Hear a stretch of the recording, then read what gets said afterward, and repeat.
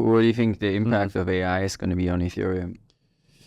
I mean, the impact of AI is going to be crazy, massive on the entire world in this century, right? The challenge is like, we have no idea what the direction is going to be, right? It's like, either it makes the world a total utopia, or it literally kills everyone, or we get some kind of, totalitarian centralization dystopia, or we get, like something that's like pretty pleasant, but it's still basically it's like only pleasant if you want to be a sheep, and otherwise it's like a global government, and then maybe 500 years later it slides off the rails anyway. Ethereum co-founder Vitalik Buterin was recently interviewed by Sebastian Couture and Brian Fabian Crane, where he discussed Ethereum staking, decentralization, and the impact of AI on Ethereum, among other topics.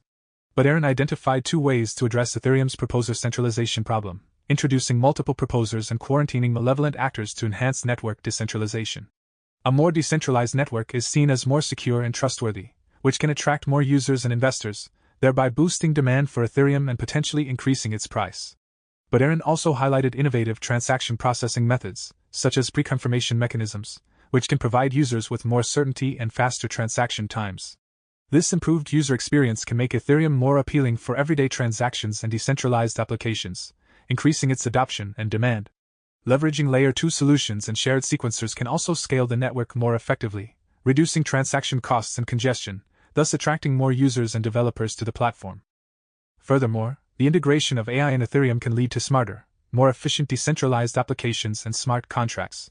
AI can optimize processes and enhance predictive capabilities, making Ethereum-based solutions more sophisticated and appealing. This technological edge can draw more interest from developers and businesses, further driving demand for Ethereum. Overall, Buterin's vision for addressing centralization issues, improving transaction processes, and integrating AI can make Ethereum a more robust, user-friendly, and technologically advanced platform. These enhancements can increase adoption, drive demand, and ultimately lead to a rise in Ethereum's price. Watch clips from the interview to hear more from Vitalik Buterin. Stop, you don't have time. Don't miss out this 2025 bull run. Educate yourself first ahead of the crowd. We have created the ultimate step-by-step crypto cheat guide that will guide you this bull run. Unlock the secrets of crypto and make smarter investments today.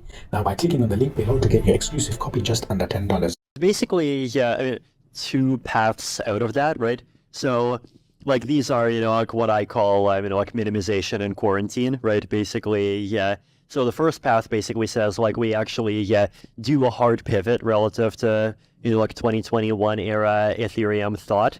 And we basically go back to try to, like kill the beast of proposer centralization. And, like one of the big ideas that's been floating around is like the multi-proposer concept, right? Like you elect multiple proposers in a slot, and then they each provide a list of transactions, and then the actual block gets formed by taking the union of those transactions and then like ordering them by fee. That's right. Like the Solana. That's right. I mean, it's like Mysticeti is like the one of the protocols that's doing that. Yeah. So that's one of the ideas. And like if you can do that successfully, and if that works, then obviously, in some way the problem is solved, right? But there's obviously a lot of ifs on like like does that work? The other approach, which is quarantining, is basically essentially you take this concept of inclusion lists, and then you keep on like beefing up that concept until inclusion lists start to take up like basically almost the whole block, right? And then the thing that you're auctioning off is basically just essentially like top of block rights, right?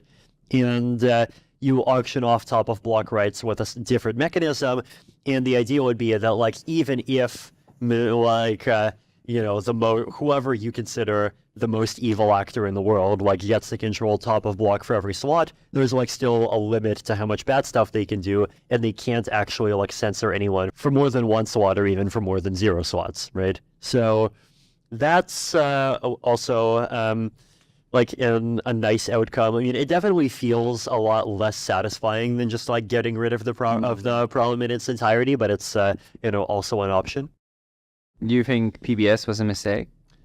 I mean, I think PBS. I would call PBS like firmly, like in the quarantining camp. I think given what we knew at the time, like it felt like a reasonable approach, and like it always it's hard to guess counterfactuals, right? And like there are counterfactuals that are like very dystopian, right? Like you could imagine a counterfactual where if people, like if there's common knowledge of the idea that like MEV is big and the only way to get MEV is to join a big staking pool that can use these sophisticated strategies to get it, then like, you know, instead of talking about like Lido at 29% and Coinbase at like 11% and like Kraken at 9 or whatever it is, we'd be talking about like, you know, Lido at like, you know, like 35 and then Coinbase at like 28 and Kraken at like 20, right? And then people would be, you know, like even more upset, right? So, yeah, like you always have to ask the question of like, what is the counterfactual, right? And I think at this point, it's still you know, like somewhat hard to say.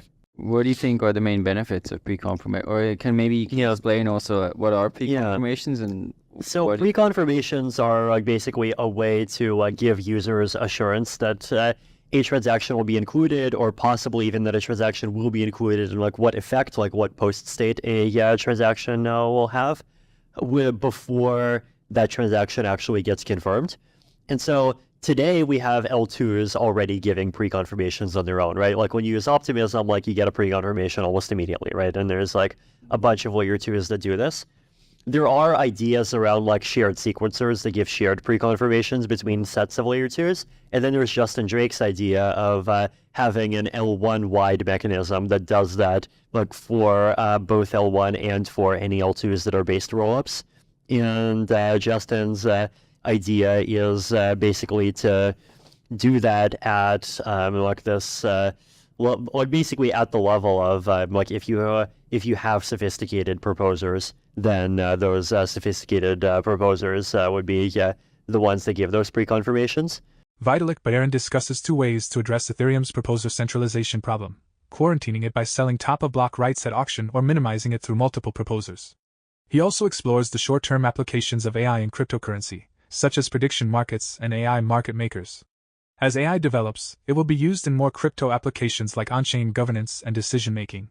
However, concerns exist about the potential dangers and negative effects of AI, including centralization and disempowerment. Buterin emphasizes the importance of prioritizing human-AI collaboration and considering a possible future merger between humans and AI to mitigate these risks.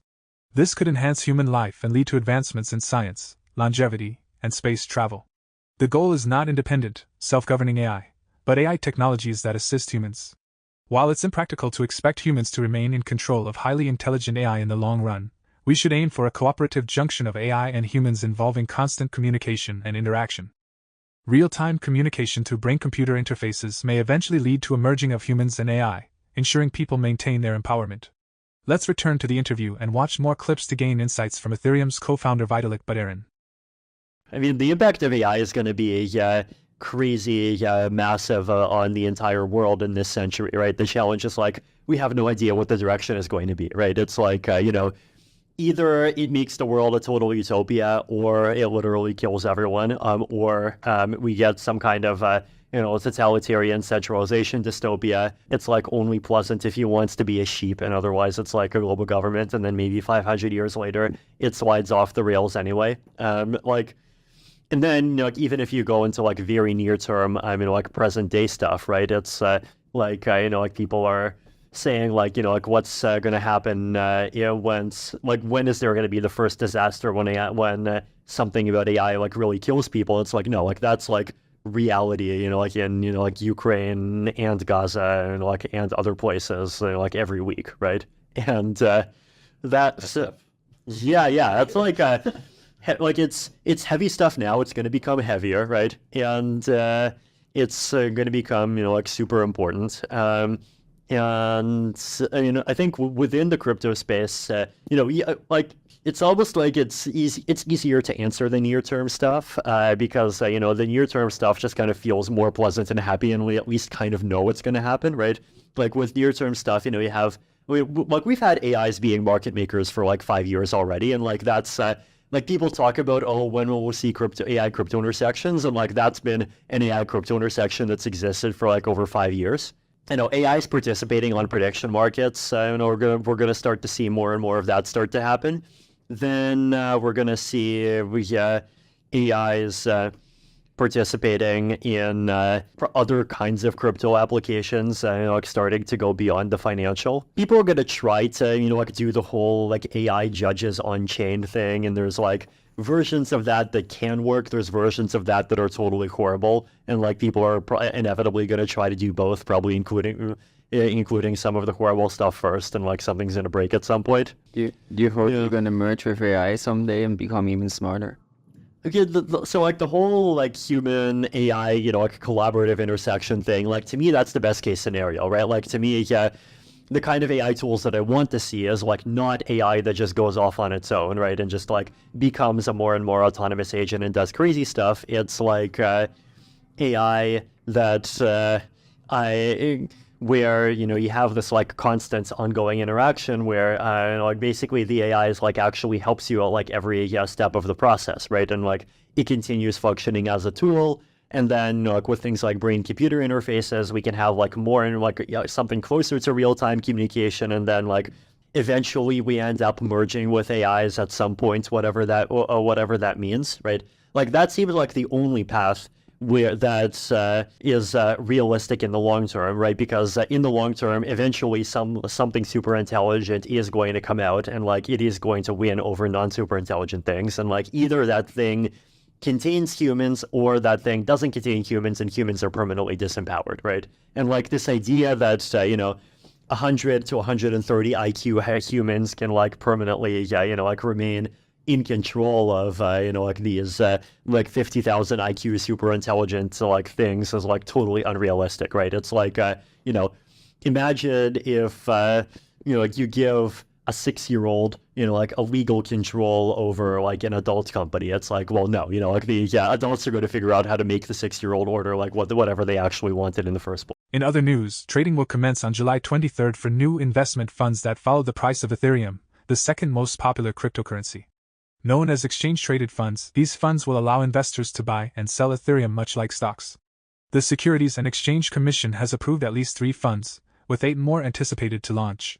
These Ethereum ETFs are modeled after Bitcoin tracking funds, which have amassed nearly $54 billion in assets since their inception in January. 8 financial managers, including Fidelity and BlackRock, have proposed offering Ethereum ETFs that will be nearly identical to one another. Consequently, investor fees will be competitive, ranging from 0.19% to 0.25%. As securities, these ETFs will be governed by various laws and will not require a cryptocurrency wallet. Investors can access the underlying asset through these ETFs, which will be established as grantor trusts, meaning they will hold a portion of the trust's ether. Ethereum, often considered more of a tech investment compared to Bitcoin's role as a long-term hedge against inflation, aims to eliminate intermediaries and enable tokenization, digital identity, and 24/7 availability of financial services, including lending and trading. As we conclude, what are your thoughts on Vitalik Buterin's interview? Do you believe AI will have a significant impact on Ethereum? Do you think Ethereum is as decentralized as Bitcoin? Please share your thoughts in the comments below. For more Daily Dose Crypto news, check out these 2 awesome videos on your screen. Click now and we will see you on the next video.